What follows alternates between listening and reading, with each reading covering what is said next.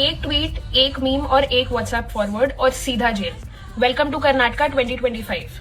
नाम सुनने में तो प्रोग्रेसिव लगता है, लेकिन इसके प्रोविजंस आप ध्यान से सुनिएगा, क्योंकि ये लॉ वायलेंस को नहीं बल्कि स्पीच को क्रिमिनलाइज करता है। इस बिल के अकॉर्डिंग अगर कोई स्पोकन, विजुअल, रिटन या ऑनलाइन कंटेंट के मीडियम से हेट्रेड, एनिमिटी, डिसहार्मनी को प्रमोट करता हुआ लगता है तो उसको सीवियर पनिशमेंट मिल सकती है। पहली बार ये ऑफेंस करने पर 1 से 7 साल की जेल या फिर 50,000 ऑफेंस, एंड सेकेंड बार ये ऑफेंस करने पे मिनिमम 2 साल की जेल और 1 लाख का फाइन।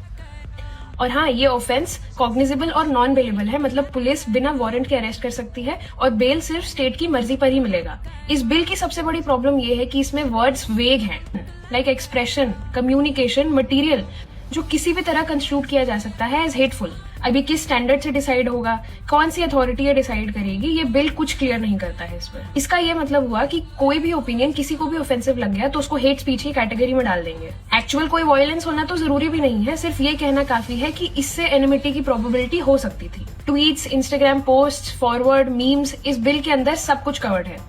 यहाँ तक कि if you are criticising your state in your private messages, that can also categorise as a hate speech. जब तक कोई भी ऑफेंस नॉन बेलेबल होता है तो सच और झूठ तो बाद में तय होता है। सबसे पहले होता है अरेस्ट, फिर कस्टडी और रेप्यूटेशनल डैमेज। इसीलिए कहा जाता है कि प्रोसेस ही एक पनिशमेंट बन जाता है। इस लॉ में एक और बहुत ही डेंजरस प्रोविजन है। गवर्नमेंट ऑफिशियल्स को फुल प्रोटेक्शन दी हुई है अगर वो गुड फेथ में काम कर रहे हो, लेकिन सिटीजन्स के पास ऐसा कोई भी सेफ्टी नेट नहीं है। और ये एक्ट ये भी कहता है कि अगर किसी और लॉ से कुछ कॉन्फ्लिक्ट हुआ तो यही एक्ट प्रिवेल करेगा, मतलब एक सुपर लॉ जिसका मिसयूज होना फिर ऑलमोस्ट इनएविटेबल है। 1919 में ब्रिटिश गवर्नमेंट रॉलेट एक्ट लेकर आई थी, एक रीजन से to maintain law and order.